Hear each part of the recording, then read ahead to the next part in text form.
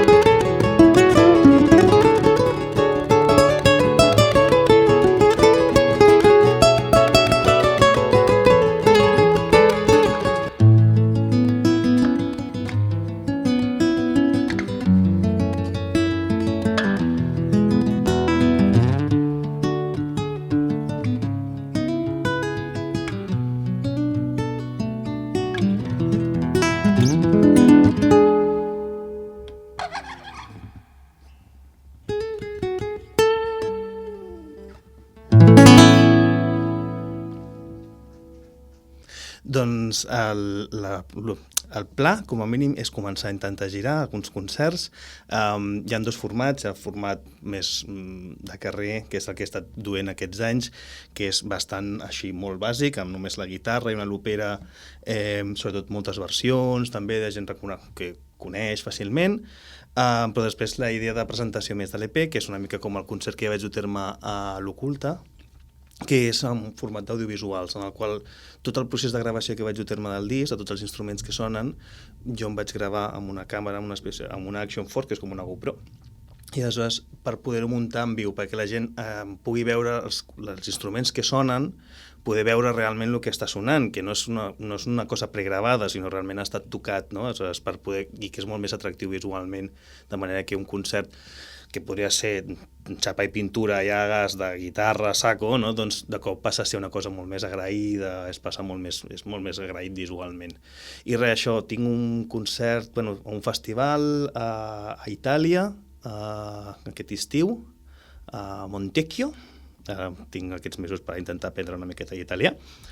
I també una miqueta per això, donant a conèixer aquest EP que ha acabat de sortir i donant veus, s'han obert a qualsevol proposta de programació. I res, doncs m'acomiadaré tocant una última cançó, faré la tercera d'aquest EP, que es titula Tardor, que vaig tenir la sort de poder gravar amb una amiga increïble, la Eva Llorente, una pianista de l'Orquestra Simfònica de Castilla i León, que és increïble. La cançó es queda curteta només amb la meva guitarra, però us recomano que l'escolteu a Spotify perquè estan a les seves tecles, que la fan increïble. Moltes gràcies.